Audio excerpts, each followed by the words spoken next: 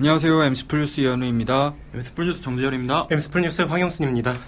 한 주간 있었던 한국인 선수들, 화제가 되는 소식들을 좀 정리를 해봤습니다. 네. 무슨 얘기부터 해야 될까요?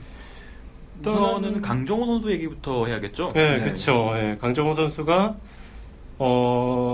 왼손목 수술을 이번에 받았었죠. 네. 예, 피츠버그 구단이 그렇게 발표를 했고 왼손목에 이제 괴사 조직을 제거하는 수술을 받았어요. 네. 그러면서 4주에서 6주 정도 결정을 할 것이다라는 말이 나왔는데요. 뭐 여기서 지금 당장 4, 6주 결정하면은 사실상 9월 중순에나 돌아올 수 있다는 말인데 거의 시즌 아웃이라고 봐야죠. 이 정도면은. 저 재활까지 감안을 하면 그렇죠. 네, 재활하고 트리플 A가 경기가 또 9월 초에 다 마무리가 되니까 그러니까 예. 빅리그에 올리는 것도 바로 올리기에는 조금 꺼려지고 하다 보니까 시즌 아웃이 아니냐라는 얘기가 나오고 있죠. 네. 일단 부상이 어떻게 당했는지부터 좀 짚고 넘어가야 될 것 같은데 어떻게 부상을 당했었죠? 트리플 A 경기에서 도루를 하다가 그 베이스에 왼손목이 걸리면서 부상을 당했다고 합니다. 그러니까 본인이 또 이제 여러 가지 사고를 친 이후에 복귀를 하다 보니까 뭔가 좀 보여주고 싶은 마음이 좀 있었나 봐요. 제 생각에는. 네, 그러다 보니까 좀 더 열심히 하려고 하다 보니까 좀 다치게 된 것 같아요.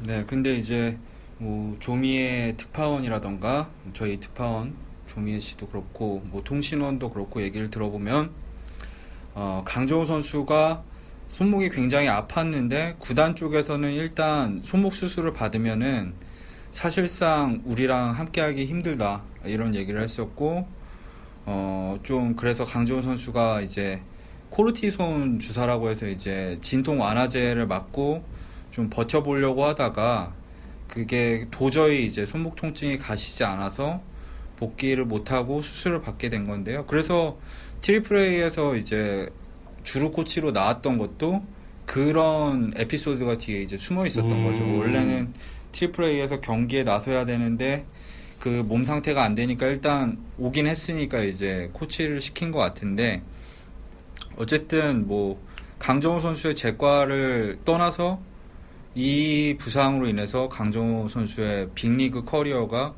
크게 꼬여버렸죠. 네, 많이 그렇죠. 꼬였죠. 네. 형수 씨가 좀 얘기 좀 해주세요. 일단 올 시즌이 끝나고 피츠버그가 강정호 선수에 대해서 팀 옵션을 실행을 할 수 있는 권리가 있어요. 이제 내년에 팀 옵션을 실행한다면 강정호 선수는 550만 달러를 받고 내년 시즌 피츠버그에서 또 뛰게 되겠죠. 네. 그런데 문제는 지금 2년 동안 빅리그에서 뛰지를 못했잖아요. 강정호 네. 선수가. 그러면서 과연 빅리그에 내년 시즌에 복귀를 해서도 예전만큼의 그런 퍼포먼스를 보여줄 수 있을까? 피츠버그 입장에서는 그게 또 우려스러운 부분이거든요. 그러다 보니까 또 팀 옵션 외에 바이아웃 조항, 뭐 팀을 이제 팀과 함께 할 수 없다 이러면서 25만 달러를 주고 강정호 선수를 내보낼 수 있습니다. 그러면은 이제 피츠버그 입장에서는 사실 제가 봤을 때는 강정호 선수가 KBO 리그 복귀는 사실상 힘들어요. 왜냐하면 뭐 음주운전 전과가 있잖아요. 사고도 있었고 그러다 보니까 KBO 리그로 복귀하면 무조건 징계 절차를 밟게 되겠죠. 네. 그러면서 바로 출장이 힘들 거고요. 그러면 이제 강정호 선수가 어쨌든 메이저리그에는 남아야 되는데 제가 봤을 때는 피츠버그와 일단은 강정호 선수를 바이아웃을 25만 달러를 주고 바이아웃 조항을 실행할 가능성이 높아 보입니다. 550만 달러를 주기엔 좀 부담스러우니까요. 대신 25만 달러를 주고 더 싼 가격에 재계약을 하는 방식으로 다가가지 않을까 저는 그렇게 봅니다. 재열 씨는 어떻게 생각하세요? 저도 이거랑 비슷한 생각인데요. 아마 스플릿 계약으로 할 확률이 높고요. 왜냐면 지금 구단 옵션은 사실상 실행이 불가능하다고 보는 게 피츠버그도 강정호를 빅리그에 한번 올려서 보고 싶어서 코티존 주사까지 마치면서까지 한번 보고 싶어서 한 거잖아요. 근데 그걸 볼 수 없게 되니까 이제 옵션은 실행은 사실상 물 건너갔다고 보고요. 네. 계약을 안 하고 우선 옵션 실행을 안 하고 풀어준 다음에 스플릿 계약으로 계약을 맺지 않을까 싶습니다. 그리고 피츠버그 같은 경우 구단 같은 경우에는 이제 강정호한테 해준 게 워낙 많잖아요. 그렇죠. 피칭 머신 같은 거를 한국에 훈련할 때 제공도 해주고 그다음에 또 도미니카 리그 출전할 때 여러 가지 주선도 해주고 그동안에 공을 많이 들인 거 보니 또 생각을 하면은 강정호 선수도 피츠버그와 스플릿 계약을 맺은 다음에 다시 재기를 노리는 게 가장 베스트지 않을까 그렇게 생각하고 있습니다. 어쨌든 도의적으로라도 강정호 선수는 피츠버그에서 좀 배그의 종군하는 심정으로 뛰는 게 뭐 내부적으로나 외부적으로나 좀 보기 좋겠죠. 근데 이것도 사실은 좋게 봤을 때고 뭐 사실은 보여준 게 워낙 없다 보니까 뭐 스플릿 계약을 제시 받을지도 사실은 간당간당하죠. 뭐 메이저리그에서 증명을 한 게 있기 때문에 저도 스플릿 계약 정도는 받을 수 있을 것 같지만 또 모르는 거거든요. 그런 상황들을 좀 지켜봐야 될 것 같고요. 또 어떤 소식이 있었죠? 일단 류현진 선수가 지난 3일이었죠. 상위 싱글 A에서 재활 경기를 가졌습니다. 이 경기에서 샌디에이고 파드레스 산하 싱글 A를 상대로 경기를 치렀는데 4이닝 동안 탈삼진 4개를 잡고 무실점 투구를 펼쳤습니다. 이 경기에서 3회 초에 이제 3회 최고 90마일을 기록했어요. 류현진 선수가 사실 좀 좋은 퍼포먼스를 보였을 때는 그래도 92마일 정도는 나왔었던 점을 감안을 할 때 재활 경기에서라도 좀 더 구속 증가가 필요하지 않을까 그렇게 보여집니다.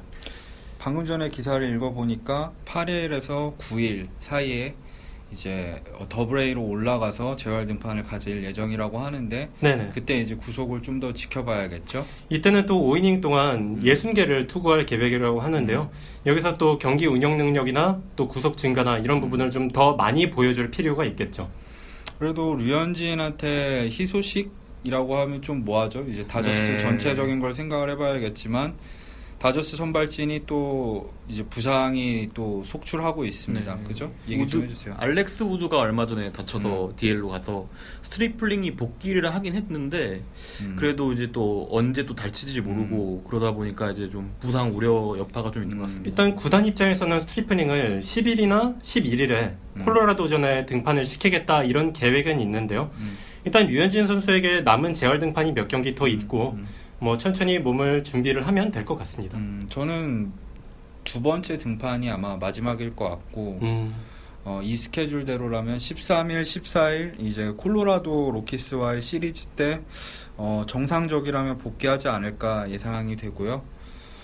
류현진 선수가 일단 구속보다는 그래도 구위가 상당히 좋았대요. 그리고 실제로 이제 이영미 기자님께서 이제 풀 영상을 올린 거를 제가 또 돌려가면서 봤는데 확실히 이제 뭐 수준이 이제 싱글 A다 보니까 좀 낮긴 하지만 꽤 위력적으로 보였기 때문에 뭐 관계자들 평도 그렇고 그런 점에서는 좀 기대가 됩니다. 일단 건강하게 복귀를 하는 점이 우선이 돼야겠죠.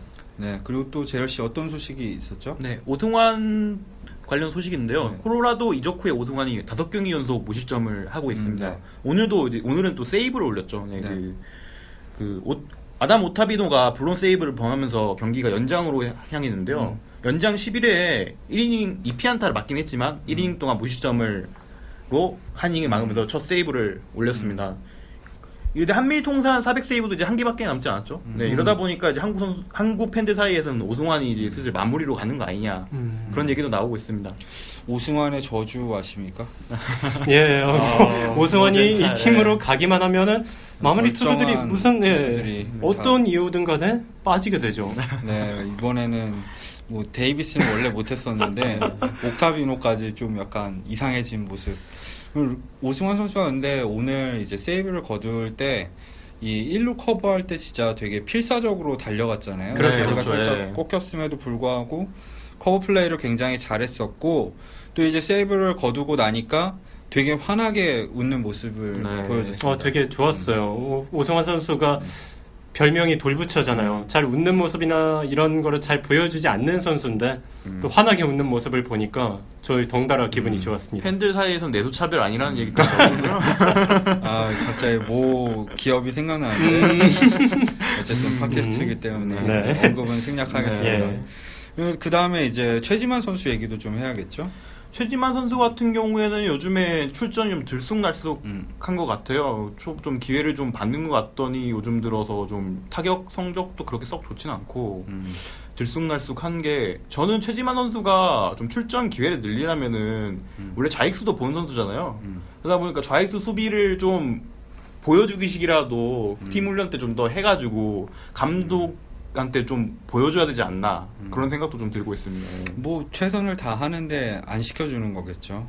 그럴까요? 그리고 뭐 얘기를 하자면 바우어스가 최지만 영입하기 직전에는 굉장히 못했었는데 최지만을 영입하니까 이제 갑자기 똥줄이 타는지 겁내 잘해요. 자극을 받았나 보죠. 지금 WRC 플러스가 시즌이 130이 넘거든요. 와. 이거 신인 중에서 5손가락 안에 드는 성적인데 갑자기 불타오르고 있고 또 바워스가 운동신경이 생각보다 좋아가지고 외야수로도 기용이 되고 좌익수로 있거든요. 많이 기용되고 있죠. 네. 근데 최지만 선수는 아무래도 지명 아니면 1루 자리밖에 없다 보니까 좀 그래서 출전 기회를 못 받는 게 있지 않을까 생각이 되고요. 좀 안타깝죠. 그러면서 출전 기회를 못 받으니까 타격감이 조금씩 죽어가는 게 느껴져서 안타깝습니다. 그래도 일단 오늘은 뭐 2타점 적시타를 또 때려내면서 타격감을 회복하는 모습을 보여줬고 희생플라이도 기록하면서 오늘 경기에서는 3타점을 수확했어요. 네. 또 최근에 이제 트레이드 말미에드렸던 토미 팸 선수가 이제 아팠죠? 네. 발에 몸에 맞는 공을 발에 맞으면서 이제 실금이 갔대요. 실금이 가면서 2주에서 4주 정도 결장이 불가피한 상황이 됐는데 또 최근에 다니엘 로버트슨도 부상으로 부상자 명단에 갔죠. 이러면서 제가 봤을 때는 이렇게 좀 주전 야수들이 빠지다 보니까 최지만 선수가 어쨌든 로스터에는 계속 남아서 기회는 보장받을 것 같다. 이렇게 보입니다. 네, 누차 얘기하지만 이번 시즌 성적이 최지만 선수한테는 상당히 중요합니다.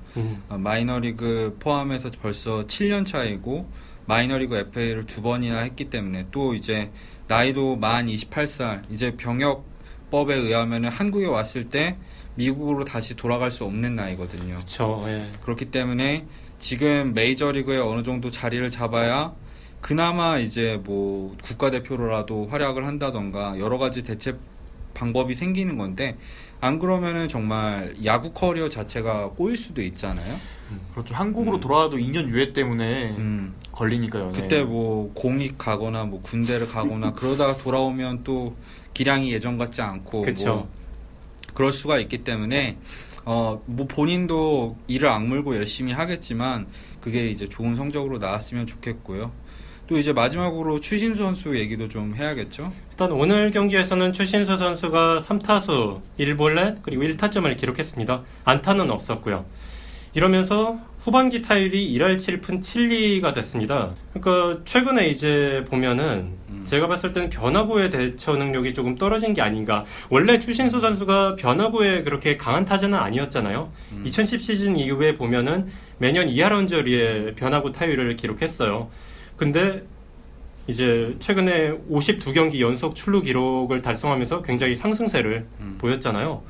이 과정에서 이 중간인 6월에 변화구 타율이 3할 5푼 5리였습니다. 그러니까 너무 잘했던 거죠, 평소보다.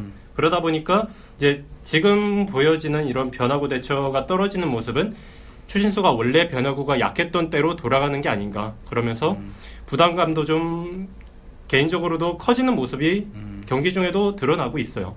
항상 잘할 수는 없는 거잖아요. 근데 그쵸. 슬럼프를 언제 얼만큼 빨리 극복하느냐가 핵심이 될 텐데 재열 씨 뭐 추신 선수 관련해서 할 얘기 있나요?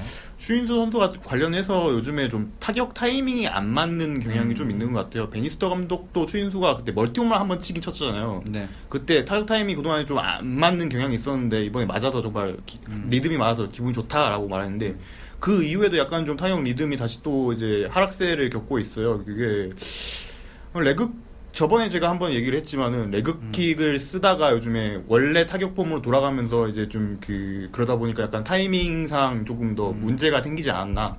워낙에 프로 선수 같은 경우에는 이제 거의 타이밍 같은 게 엄청 정밀 기계처럼 짜여져 있잖아요. 근데 한번 이제 조금이라도 약간 좀 틀어지기 시작하면은 그때부터 좀 많이 헤매이는데 아마 그게 그러니까 좀 가지 않나. 레그킥을 정말 크게 했을 때도 뭔가 타이밍이 안 맞는 느낌이었는데 살짝 줄이고 굉장히 잘 맞다가 지금은 또 레그킥을 거의 안 하다시피 하거든요. 그리고 네. 레그킥 동작 자체가 굉장히 부자연스러워졌어요. 그러다 보니까 뭔가 억지로 하는 느낌이라고 네, 할까? 그런 느낌 있죠. 네. 네, 저희가 뭐 선수 출신은 아니지만 그런 부분에서 약간 좀 삐끄덕거림? 그런 게 느껴지지 않습니까? 그러니까 억지로 맞추려고 하다 보니까 더 안 풀리는 느낌이 있었어요. 제가 그런 부분을 좀 크게 느꼈던 게 8월 1일 경기였거든요. 네. 이제 애리조나를 상대했는데 그 전에 이제 7월 30일 경기에서도 랜스 맥컬러스 주니어에게 3삼진을 모두 커브로 당했는데 이날 경기에서도 잭 고들리 선수에게 2삼진을 당했어요. 고들리 역시 너클 커브가 주목인 선수거든요. 근데 6회 세 번째 타석에 들어섰을 때 3구가 모두 땅에 꽂히는 어이없는 볼성의 변화구 커브였는데 2공에 3번 모두 헛스윙을 기록하더라고요. 그러니까 본인이 부담이 굉장히 컸던 것 같아요. 근데 사실은 이 잭 고들리나 이 맥컬러스, 랜스 맥컬러스가 던지는 너클 커브는 워낙 좋죠. 메이저리그에서 제일 뛰어난 구종 중에 하나이기 때문에 추신수가 아니더라도 잘 그쵸. 체인 변화구는 누구도 못 치는 네. 공이기 때문에 그것만 갖고 판단할 수는 없는 거지만 뭐 전체적으로 타격 성적 부진한 거랑 엮어서 좀 얘기거리는 되지 않나 싶고요. 네. 뭐 이렇게 해서 저희가 한국 선수 소식을 다 한번 정리를 해봤는데 사실 이번 주에는 그렇게까지 좋은 소식이 없었어요, 그죠?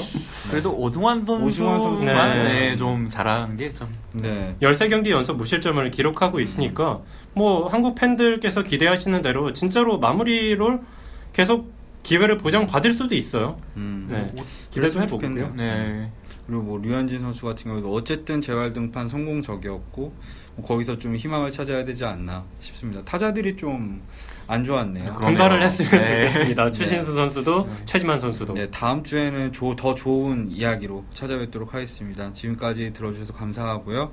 저는 MC 플러스 이현우, 정재열. 황영순이었습니다. 감사합니다. 감사합니다.